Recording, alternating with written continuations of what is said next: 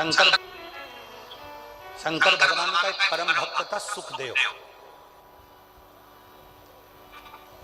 अग्निपुराण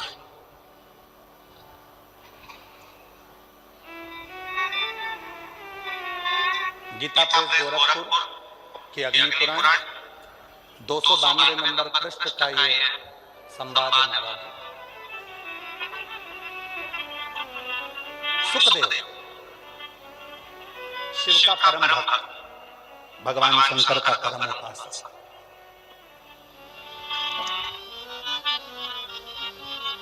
पांच ताऊ जी थे उसके। कितने ताऊ जी थे? 5। 3 चाचा जी थे। चाचा जी मतलब काका जी। और ये जो सुखदेव था इसके पिताजी शांत हो गए थे। माँ पिताजी के मरने के बाद बेचैन हो गई थी, बुद्धि काम नहीं करती थी, दिमाग संतुलित नहीं था, मन लगता नहीं था, माँ विचलित रहती थी। और सुखदेव इतना भोला था कि शिव जी की आराधना में लगा रहा था। शंकर के साथ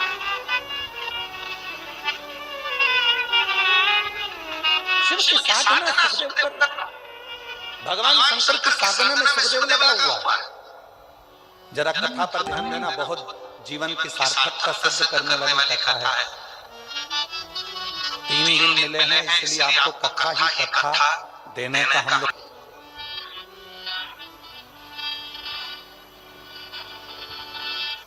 ताऊ, काका, काकी, ताई, ताऊ के बच्चे, काका के बच्चे, सुखदेव की माँ पिता के मरने के बाद मन विचलित, मन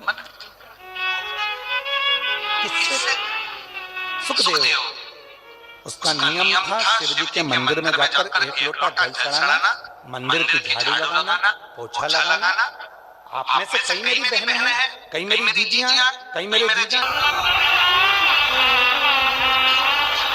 ताऊ थे 5, काकी थी, ताई, काका थे 3, काकी थी, उनके बच्चे थे। सुखदेव के जो पिता थे वो पिता सुखदेव के समाप्त हो गए, शांत हो गए। माँ पिता के गम में बावरी सी हो गई।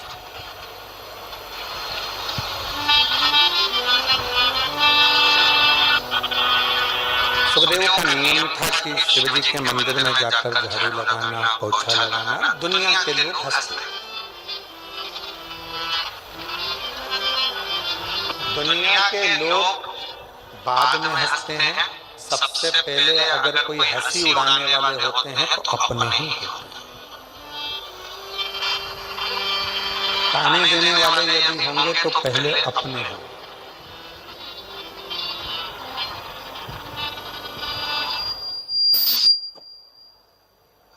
आप पर आक्षेप लगाना नहीं। सुखदेव ने मंदिर जाना नहीं छोड़ा, शिव की आराधना करना नहीं छोड़ा। परिवार के लोग खाना देते, हंसते, गालियां देते, आड़ा टेढ़ा कहते, ये कोई होता है? अपशब्द कहते, बहुत कहते। और याद रखना, ताना देने वाले, गाली देने वाले, अपशब्द कहने वाले दूसरे नहीं होते हैं, पहले अपने ही होते हैं। पहले अपने ही, कोई दूसरा नहीं। इसलिए सावधान रहे, सावधान। शिव कथा कर रहे, भगवान शिव के इतना उपासक था। अग्नि पुराण की कथा कहती है सुखदेव शिव का इतना उपासक था कि भगवान शंकर के विरल भक्ति में लगा रहता। परिवार के लोग अपशब्द कहते, ताना देते, माँ को भी ताना देते, पर माँ अपने बेटे से नहीं कहता, वो अपने बेटे से नहीं। परिवार के पास में बहुत धन था, वैभव था। सुखदेव को लेकर जाते काम धंधे पर, सुखदेव शिव जी की स्मरण करता, मंदिर में रुक जाता,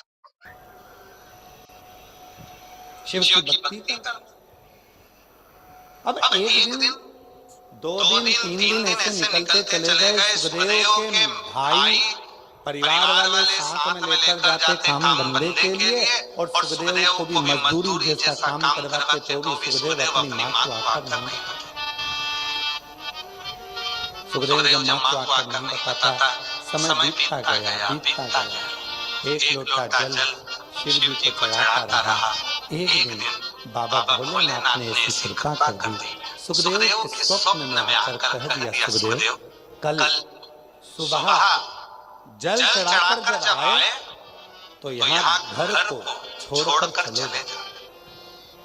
ये घर छोड़,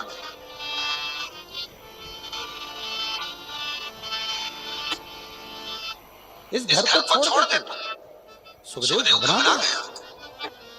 सुखदेव का नियम था शिव जी को जल चढ़ाकर उस जल को लेकर आकर अपने घर के लोगों को देना, पर घर का परिवार का कोई सदस्य उस जल को नहीं पीता था। सुखदेव वो जल ले जाकर माँ को दे देता था, माँ उस पात्र को लेकर रख देती थी। जल लेने के बाद जो जल बचता था, सुखदेव की माँ आखिरी में जल को पी लेती थी। पात्र रखा रहता, समय बीतता गया। सुखदेव ने पूरे परिवार से कहा कि भोले बाबा ने रात्रि को स्वप्न में आकर कहा है कि ये मकान ध्वस्त हो जाएगा, ये घर टूट जाएगा, तुम सब छोड़कर चले जाओ। सारे परिवार वाले हंसने लगे, अरे तू तो बावरा है, तू तो पागल है, तू तो मूर्ख है, शंकर जी की भक्ति में लगा रहता है, काम धंधा कुछ सूझता नहीं है, दिन भर बस यही तेरे मन में होता है। परिवार के लोगों ने माना नहीं, पर मां ने स्वीकार कर, मां ने कहा बेटा क्या हो गया? मां शिव जी ने कहा है कि घर छोड़। परिवार के लोगों को कह दिया पर छोड़ने को तैयार नहीं।